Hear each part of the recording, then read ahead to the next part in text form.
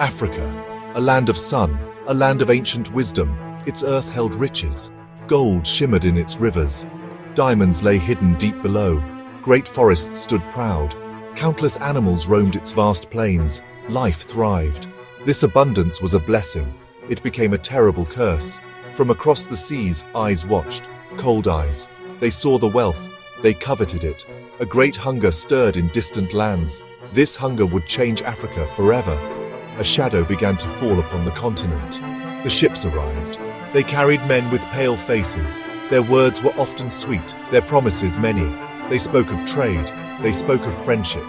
But their hearts held other plans, darker plans. They saw Africa as a prize, a treasure to be taken. Their thirst for its riches was without end. It was a fire that consumed all in its path. They did not see people. They saw only profit. The age of exploitation had dawned. The soil of Africa wept precious stones. Diamonds, like frozen tears, were torn from the earth. These gems adorned the rich in faraway lands. They became symbols of power and of vanity. But for Africa, they brought mostly suffering. Men dug in darkness, in dangerous pits.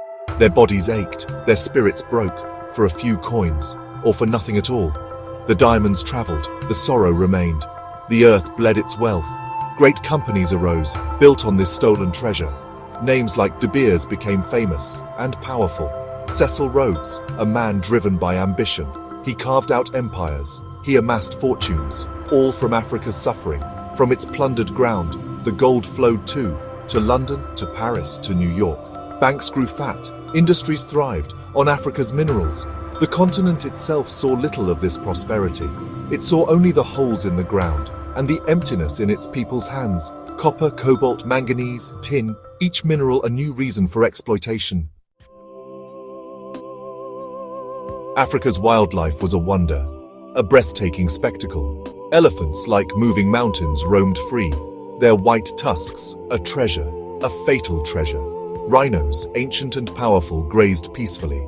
Their horns desired by foolish men, for false reasons. This rich animal kingdom became another target, another source of wealth for the invaders. The hunters came. Their guns shattered the silence.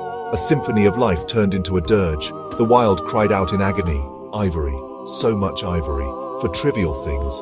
Piano keys, billiard balls, ornate carvings, useless trinkets.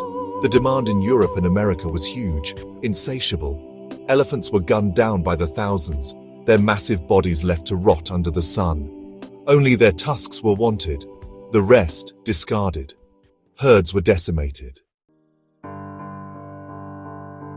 Africa's forests were ancient cathedrals of green.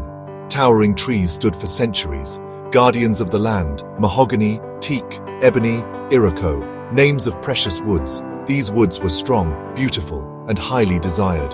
The timber merchants of the world saw them. They saw profit, endless profit, in felling these giants. Their saws whined, their axes bit deep. The great trees began to fall, one after another.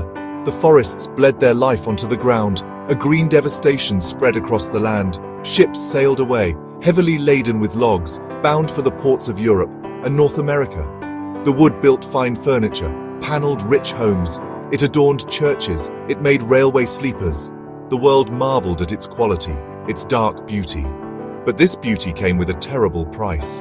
The price of lost forests, of barren lands, the price of vanished creatures, of altered rains. The colonizers needed order. Their kind of order. They needed African hands to do their bidding. Strong, independent African leaders were a threat. True democracy was a dangerous fire, not to be lit. So they sought out puppets, men they could control, men who valued power, or money, over their own people. These men were made chiefs, or given uniforms. They became the local face of oppression, serving masters from far away. The chains of command were forged.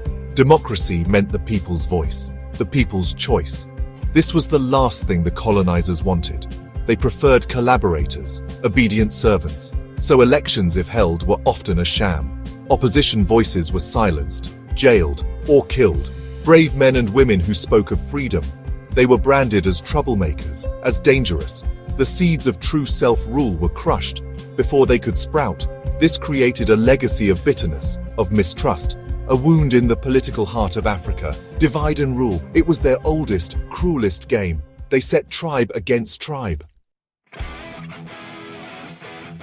Africa's potential was not just in its soil or its trees, it was in its people, their energy, their skills. But this human potential was also chained, suppressed. The colonial powers wanted raw materials, cheaply. They did not want Africa to build its own industries.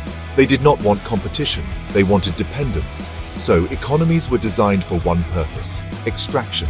To feed the factories of Europe and America. This was a deliberate strangulation, an economic war. Africa was to be a servant, never a master. Consider cocoa, a rich bean from West Africa. Countries like Ghana, Ivory Coast. They grew so much. The world loved chocolate, sweet, delicious.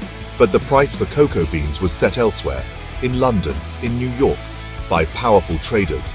It was kept low, artificially low, always low, so that chocolate makers could make vast profits, while African farmers remained trapped in poverty. They toiled hard. The flags of empire were lowered, one by one. New anthems were sung, new hopes were born. But colonialism cast a long, dark shadow, a shadow that still stretches over Africa today.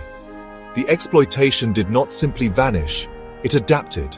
It found new paths, new disguises. The old wounds throbbed, the old pain remained. The structures of plunder were deeply rooted. They were not easily dug out, not easily changed. The struggle for true freedom had just begun. The artificial borders, drawn by careless hands, they continue to fuel conflict and instability. The legacy of divide and rule, it still poisons relations. The dictatorships nurtured by colonial powers, they left behind weak institutions and cultures of corruption. The economies shaped for extraction, they still struggle to diversify, to build for their own people. Africa fights on, with courage, with resilience, for control over its own destiny, its own wealth, for the dignity that was so long denied. Think of the stolen wealth.